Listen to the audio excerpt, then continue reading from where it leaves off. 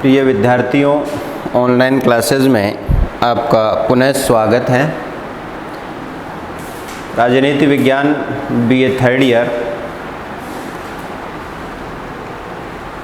जो बिंदु हम लेकर चल रहे थे उसको आज आगे बढ़ाते हैं।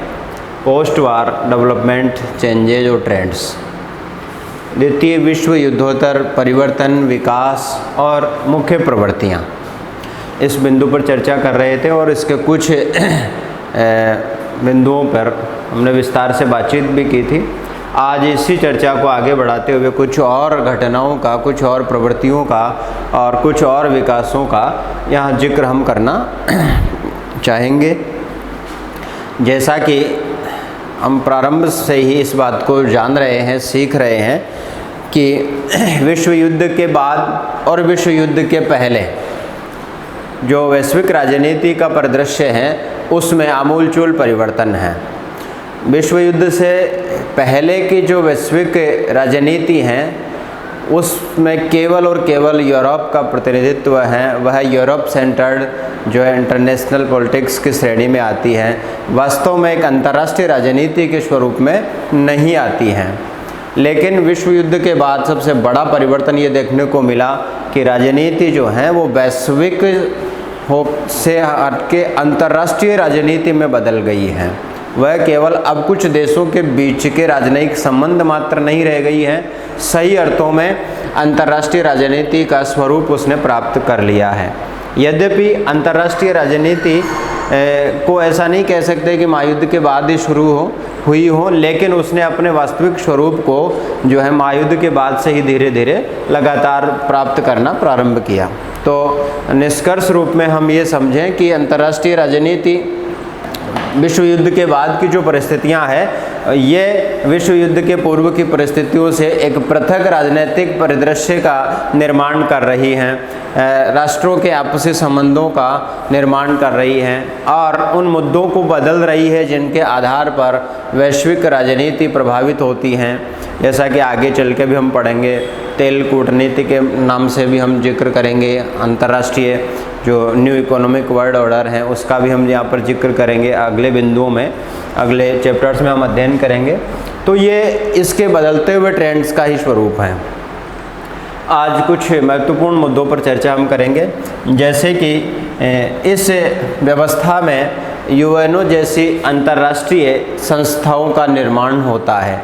यूएनओ एकमात्र उदाहरण है, और भी बहुत सारी अंतर्राष्ट्रीय संस्थाओं का निर्माण जो है वो इस दौर में होता है। यूएनओ का निर्माण यद्यपि महायुद्ध काल में ही प्रारंभ हो गया था और कई सारे चार्टर इसमें स्वीकार कर लिए गए थे और सैन फ्रांसिस्को चार्टर और भी बहुत सारे चार्टर इसमें बन चुके थे और अक्टूबर 45 में वास्तव में ये संस्था अस्तित्व में आ चुकी थी। तो यूँ कहें कि महायुद्ध के समापन के साथ साथ ये अंतर्राष्ट्रीय संस्था अस्तित्व में आ चुकी थी, क्योंकि अब विश्व में वैश्विक नेताओं ने, राजनेताओं ने ये महसूस कर लिया था कि युद्ध की भयावहता, परमाणु युग का प्रयोग होने से युद्ध की भयावहता कितनी बढ़ गई है और मानवता के लिए युद्ध कितना खतरनाक हो सकता है। और वो ये चाह रहे थे कि भविष्य में अगर युद्ध हुआ तो संभव है कि पूरी मानव सभ्यता ही नष्ट हो जाए। और उनके इसी विचार ने अंतर्राष्ट्रीयता की तरफ कदम बढ़ाया और उस दृष्टिकोण से विभिन्न राष्ट्रों ने मिलकर के तकरीबन 51 राष्ट्रों ने सैन फ्रांसिस्को चार्टर पर हस्ताक्षर करके इसको अपनाया और वास्तविक स्वरूप में एक वैश्विक संस्था का निर्माण किया, जिसे हम यूएनओ के नाम से जानते हैं, यूनाइटेड नेशंस ऑर्गेनाइजेशन, संयुक्त राष्ट्र संघ, यूनाइटेड नेशंस ऑर्गेनाइजेशन। अब इसके साथ साथ और भी कई वैश्विक प्रवृत्ति की संस्थाओं का विकास हुआ, जिनमें बहुपक्षीय संधियां राष्ट्रों ने की, और बहुपक्षीय संधियों को स्वीकार करते हुए और भी बहुत सारी जो हैं अंतर्राष्ट्रीय संस्थाएं इस समय में बनने लगी। आपका अंतर्राष्ट्रीय मजदूर संगठन बना, आपका WTO बना, और भी बहुत सारी अंतर्राष्ट्रीय संस्थाओं का निर्माण। अब ऐसा नहीं है कि ये केवल युद्ध के समय ही बनी या युद्ध से बाद में ही बनी, बहुत सारी घटनाएं ओवरलैप करती हैं और कुछ संस्थान पहले से अस्तित्व में आने लगे थे, कुछ युद्ध काल के दौरान स्थापित हुए और कुछ संस्थान युद्ध के बाद में भी बने। कुल मिला के वैश्विक प्रवृत्ति के संस्थानों का निर्माण एक प्रमुख प्रवृत्ति के रूप में उभरा। ये महायुद्ध के बाद के अंतर्राष्ट्रीय संबंधों का एक बहुत बड़ा उदाहरण यहाँ पर है, या यूँ कहें कि बहुत बड़ा विकास और परिवर्तन इस मामले में दिखाई दिया। पहले जो संधियाँ हो रही थी, पहले जो संस्थाएं बन रही थी, वो द्विपक्षीय संधियों पर मुख्यतः आधारित हुआ करती थी, लेकिन यहाँ जो है मल्टीलैटरल संधियाँ हो रही हैं, बहुपक्षीय संधियाँ हो रही हैं और यूएनओ जैसी अंतर्राष्ट्रीय संस्थाओं का निर्माण होता है। ये अस्तित्व में आती हैं जो विश्व शांति के दृष्टिकोण से इसका जो मुख्य उद्देश्य रखा गया वो विश्व शांति, वर्ल्ड पीस एंड मेंटेनेंस, विश्व शांति और सुरक्षा जो है इस संस्था का मुख्य उद्देश्य था। और इसके जो सुरक्षा परिषद, इसकी जो सिक्योरिटी काउंसिल थी, उसको ये जिम्मा दिया गया था। तो इस प्रकार से ऐसी संस्थाओं का निर्माण होने लगा जो स्वास्थ्य के क्षेत्र में, आर्थिक क्षेत्र में और सैन्य क्षेत्र में वैश्विक स्तर की हों, वैश्विक प्रकृति की हों, बहुपक्षीय संधियों पर आधारित हों, जिनका राष्ट्र स्वेच्छाया पालन करते हों और इनका पालन करने को अपने आप को बाध्य मानते हों। तो ये बहुत बड़ी प्रवृत्ति, बहुत बड़ा मुद्दा जो है इस समय में उभर करके सामने आता है, बहुत बड़ी विशेषता अंतर्राष्ट्रीय राजनीति की। दूसरा इसमें महत्वपूर्ण बिंदु, द्विध्रुवीयता से एक ध्रुवीय विश्व की स्थापना, बाईपोलर वर्ल्ड से यूनिपोलर वर्ल्ड। जैसा कि हम जिक्र कर रहे थे, पिछले बिंदु में हमने चर्चा किया था कि महायुद्ध के समय से ही और महायुद्ध का समापन होते होते से 1950 आते आते से स्पष्ट रूप से विश्व का दो खेमों में विभाजन हो जाता है।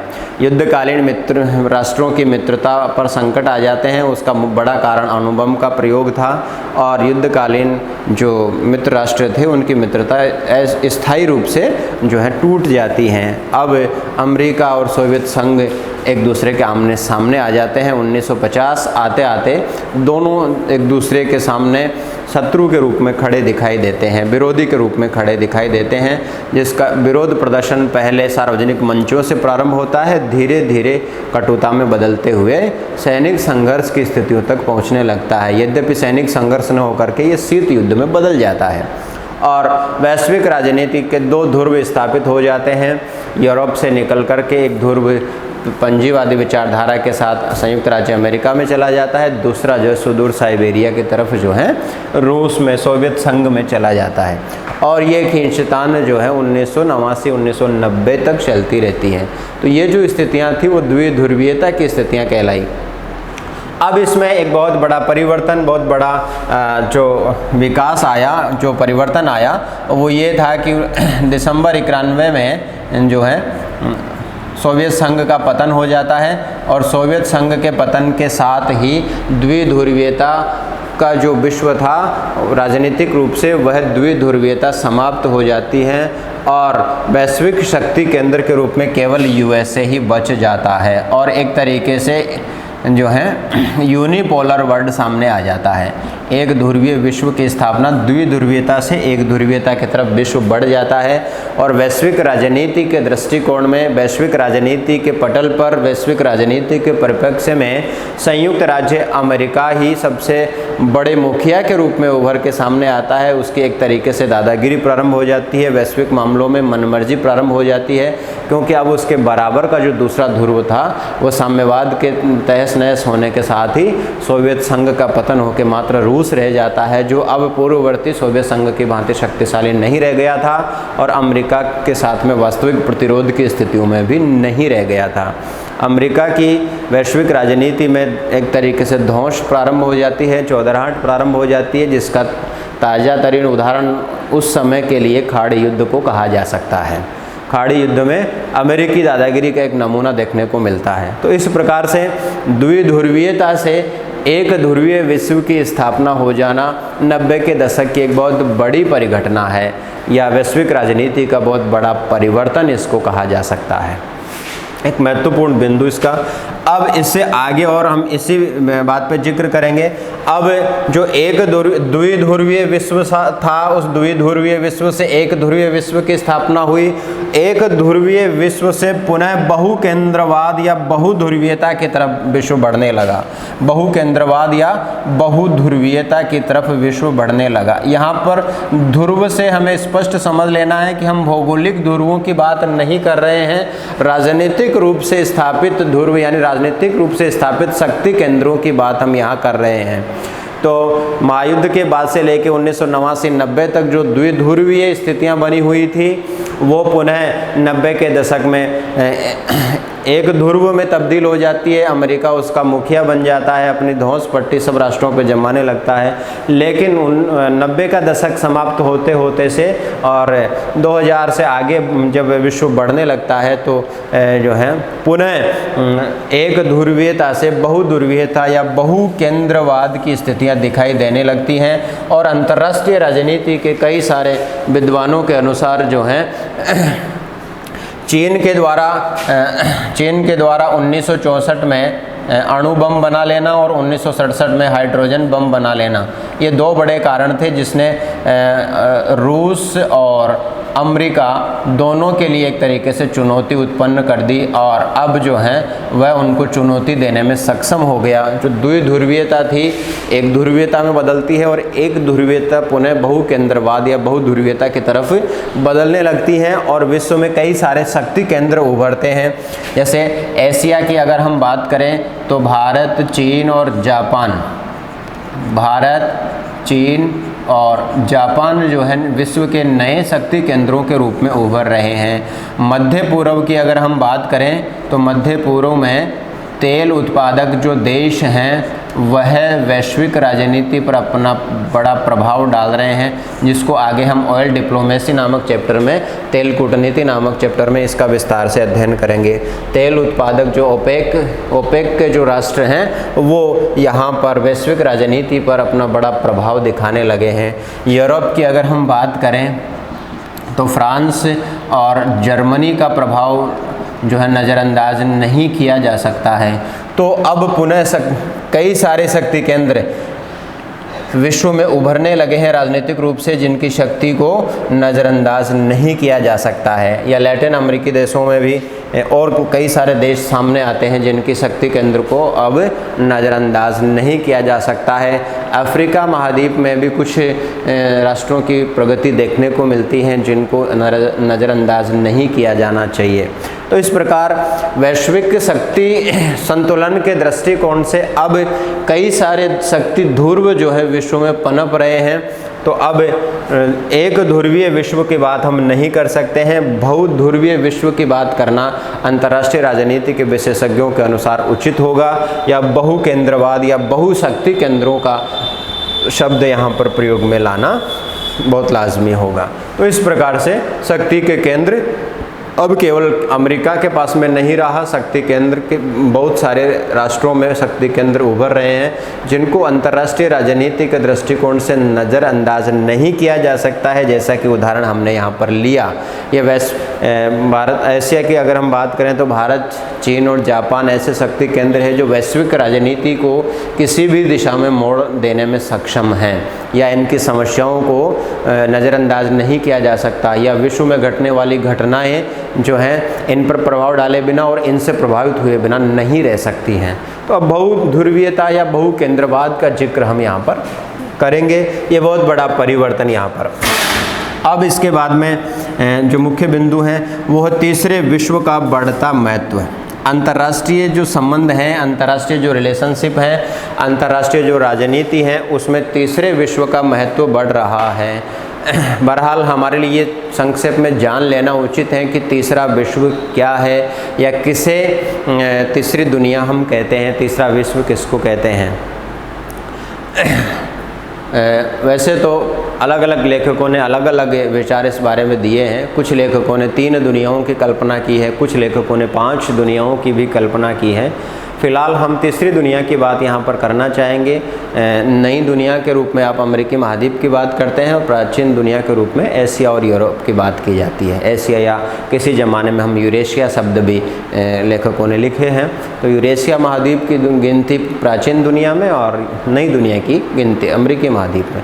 लेकिन अब इन दोनों महाद्वीपों में, या यूँ कहें कि तीनों महाद्वीपों में मिलाकर के जो मुख्य मुद्दा ये बन रहा है कि इनमें कुछ राष्ट्र ऐसे हैं और जो बहुत अधिक विकसित हैं, औद्योगिक हैं, संपन्न हैं, उनकी अर्थव्यवस्थाएं बड़ी तेज़ी से प्रगति करती है, शिक्षा का स्तर बहुत उन्नत है, आर्थिक स्तर बहुत उन्नत है, उनका एनर्जी का जो कंजम्पशन है बहुत उन्नत है, उनके पास सुविधाओं का अभाव नहीं है। इसके साथ ही इन सभी महाद्वीपों में कुछ राष्ट्र ऐसे हैं जो नवोदित राष्ट्र जिनको हम कह सकते हैं, जैसा कि पूर्व के बिंदु में हमने कहा था कि एशिया और अफ्रीका में उपनिवेशवाद समाप्त हुआ, उसका परिणाम ये हुआ कि नए राष्ट्रों की संख्या बढ़ती गई, नवोदित राष्ट्र जब सामने आए।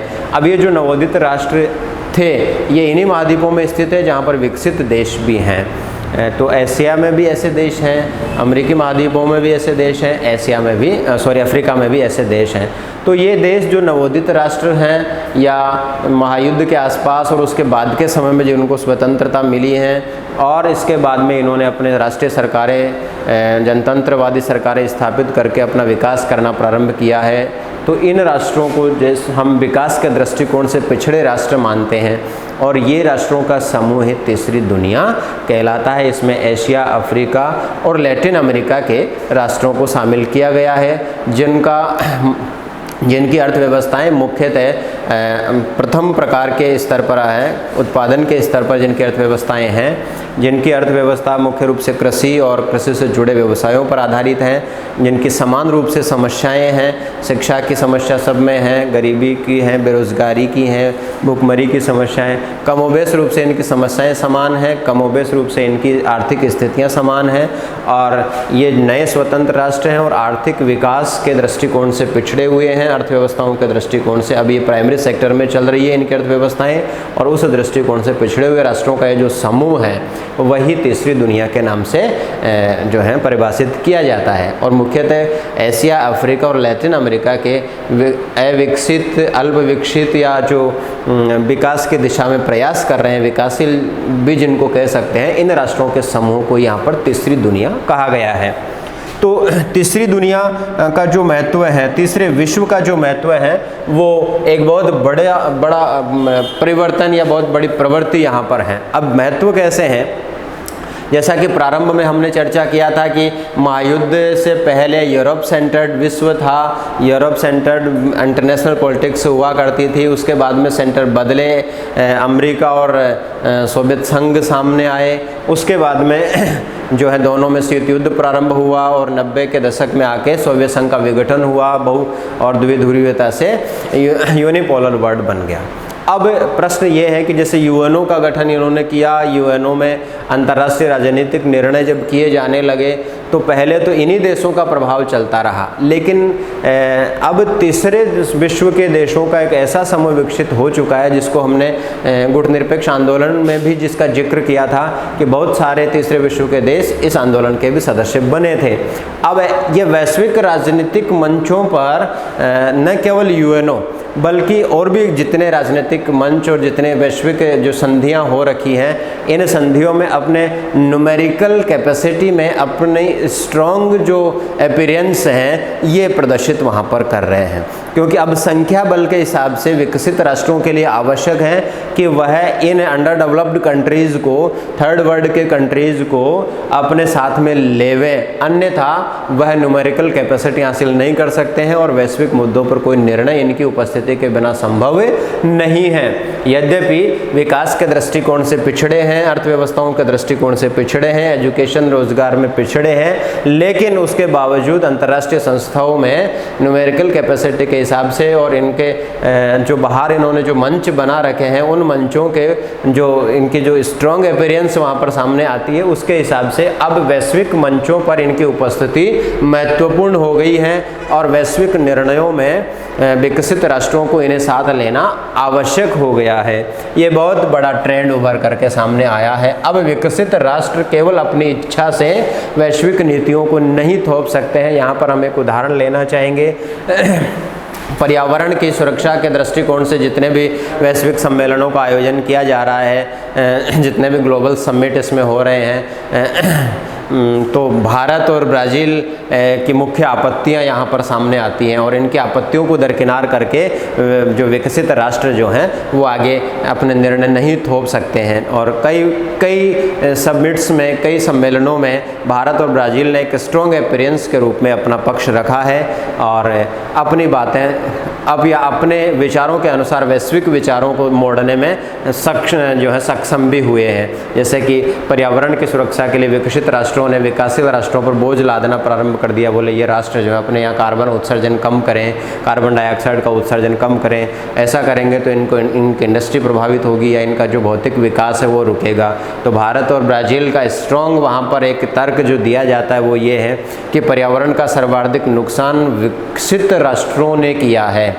पर्यावरण का सर्वाधिक नुकसान विकसित राष्ट्रों ने किया है, इसीलिए पर्यावरण की सुरक्षा की प्रथम जिम्मेदारी भी विकसित राष्ट्रों की है। अगर वह विकासशील राष्ट्रों पर पाबंदियां आरोपित करते हैं तो अब तक हुए पर्यावरण की भरपाई का आर्थिक प्रयास विकसित राष्ट्रों को करना चाहिए और विकासशील राष्ट्रों को पर्यावरण के मुद्दे पर पर्यावरण के संरक्षण के लिए अतिरिक्त अनुदान इनको देना चाहिए। तो ऐसे स्ट्रॉन्ग जो तर्क इनके यहाँ पर सामने आते हैं और इनकी सहमति के बिना कोई वैश्विक निर्णय जो है अब अंतर्राष्ट्रीय स्तर की संस्थाएं यूएनओ या यूएनओ जैसी अन्य संस्थाएं नहीं कर पाती है। तो यहाँ एक बहुत ही स्ट्रॉन्ग ट्रेंड के रूप में ये बात सामने आई है और वो है कि तीसरे विश्व का लगातार महत्व जो है अंतर्राष्ट्रीय राजनीति में, इंटरनेशनल रिलेशनशिप में और अंतर्राष्ट्रीय प्रकृति की संस्थाओं में बढ़ रहा है। अब इसके बाद में एक और महत्वपूर्ण बात है और वो है उत्तर बनाम दक्षिण का संघर्ष। उत्तर बनाम दक्षिण का संघर्ष। जैसा कि अभी इस मुद्दे पर हमने जिक्र किया विकसित और विकासशील राष्ट्र, तो इसको यहाँ पर दूसरे तरीके से समझने का प्रयास हम करेंगे, उत्तर और दक्षिण का संघर्ष या उत्तर बनाम दक्षिण का संघर्ष। भौगोलिक रूप से पृथ्वी का जो उत्तर ध्रुव है, जो नॉर्थ पोल है, उसके आगे जैसे जैसे आप पृथ्वी में बढ़ते जाएंगे तो आप देखेंगे कि नॉर्थ पोल के आसपास के जितने भी राष्ट्र हैं वो औद्योगिक दृष्टि से विकसित हैं, औद्योगिक दृष्टि से संपन्न हैं, इनकी अर्थव्यवस्थाएं बहुत विकसित हैं और अर्थव्यवस्थाएं इनकी तीसरे चौथे स्तर तक पहुंच चुकी हैं। अब इससे जैसे जैसे आप पृथ्वी के परिधीय क्षेत्र की तरफ बढ़ेंगे, जैसे जैसे पृथ्वी के परिधीय क्षेत्र की तरफ आप बढ़ेंगे तो आप देखेंगे कि इन राष्ट्रों में जो है विकास का जो संतुलन है वो इतना असंतुलित है कि आप इनकी तुलना नॉर्थ पोल के आसपास जितने राष्ट्र हैं उनसे नहीं कर सकते हैं, या तुलना करेंगे तो जैसे जैसे परिधीय क्षेत्र की तरफ आप बढ़ेंगे औद्योगिक दृष्टि से जो है ये राष्ट्र संपन्न नहीं है, इनको जो है दक्षिण के राष्ट्र कहा जा रहा है। ये जो नॉर्थ पोल के आसपास जो रीजन के आसपास जो राष्ट्र हैं वो औद्योगिक दृष्टि से संपन्न राष्ट्र हैं और जैसे जैसे परिधीय तरफ आप बढ़ेंगे, साउथ की तरफ आप बढ़ेंगे तो देखेंगे कि इन राष्ट्रों में जो है औद्योगिक विकास नहीं है और औद्योगिक विकास के साथ साथ इनकी अर्थव्यवस्थाएं भी प्राथमिक या द्वितीय क्षेत्र में ही कार्यरत हैं। मुख्यतः खेती पर आधारित अर्थव्यवस्था इन राष्ट्रों की है। तो जाहिर सी बात है कि विकसित और अविकसित का भेद जो है यहाँ पर दिखाई दे रहा है औद्योगिक दृष्टि से, अर्थव्यवस्थाओं की दृष्टि से। नॉर्थ पोल के आसपास के जो देश हैं औद्योगिक दृष्टि से संपन्न है, यहाँ पर खुले प्रकार के समाज हैं, प्रोग्रेसिव प्रकार के सोसाइटीज हैं और अर्थव्यवस्थाएं विकसित दौर में हैं, तीसरे चौथे चरण पर पहुँच चुकी है, वहाँ पर कार्य कर रही हैं। जैसे जैसे परिधीय क्षेत्र में आप जाएंगे, साउथ पोल के तरफ जब आप बढ़ेंगे तो औद्योगिक दृष्टि से संपन्न राष्ट्रों की संख्या कम होती जाएंगी या औद्योगिक विकास इतना नहीं है जितना नॉर्थ पोल के पास में है। अब मुद्दा यह है कि इसका अंतर क्या पड़ गया, इसको हम यहाँ पर क्यों जिक्र कर रहे हैं। इसको जिक्र करने का कारण यह है कि यहाँ पर आर्थिक असंतुलन के कारण आर्थिक शोषण प्रारंभ हो रहा है। आर्थिक असंतुलन के कारण आर्थिक शोषण प्रारंभ हो रहा है। आज अगर हम यूरोप की बात करें तो तकनीकी संपन्नता 18वीं शताब्दी में वैज्ञानिक विकास और तकनीकी संपन्नता जो है सबसे पहले यूरोप महाद्वीप में आती हैं और इस कारण से यूरोप का साम्राज्यवाद एशिया, अफ्रीका, लैटिन अमेरिका, पूरी नई दुनिया में भी फैल जाता है। और इसी आर्थिक और तकनीकी विकास के कारण, वैज्ञानिक विकास के कारण, यद्यपि ये राष्ट्र स्वतंत्र तो हो चुके हैं, नवोदित राष्ट्रों के रूप में शामिल हो चुके हैं, इनकी खुद की जनतांत्रिक सरकारें यहाँ पर बन चुकी हैं, लेकिन अभी भी औद्योगिक असंतुलन, अर्थव्यवस्थाओं का असंतुलन बने रहने के कारण, वैज्ञानिक विकास और तकनीकी प्रगति में कमी होने के कारण जो परिधीय क्षेत्र के जो राष्ट्र हैं या साउथ पोल की तरफ हम जैसे जैसे बढ़ते हैं, वहाँ पर पाए जाने वाले सभी राष्ट्रों में आर्थिक प्रगति उतनी नहीं है, औद्योगिक प्रगति उतनी नहीं है जितनी कि नॉर्थ पोल के आसपास के राष्ट्रों में है। और यहाँ से आर्थिक शोषण प्रारंभ होता है और ये जो साउथ पोल के आसपास जो राष्ट्र हैं वो आर्थिक रूप से जो है इन राष्ट्रों पर निर्भर होते हैं या इनकी अर्थव्यवस्थाएं कहीं न कहीं नॉर्थ पोल के राष्ट्रों पर आधारित होती है। तो आर्थिक असंतुलन के कारण आर्थिक शोषण यहाँ पर प्रारंभ हो जाता है और ये आर्थिक शोषण ही उत्तर बनाम दक्षिण के संघर्ष के रूप में दिखाई देता है। एक और महत्वपूर्ण बिंदु यहाँ पर यूएनओ का बढ़ता परिवार, जैसा कि हम पूर्व में भी वैसे तो इस बिंदु का जिक्र कर चुके हैं। 1945 में मात्र 51 राष्ट्रों से प्रारंभ होता है। यहाँ पर हमें ये भी समझ लेना होगा कि हमारा इंडिया यहाँ पर फाउंडर जो है वो इसका मेंबर था।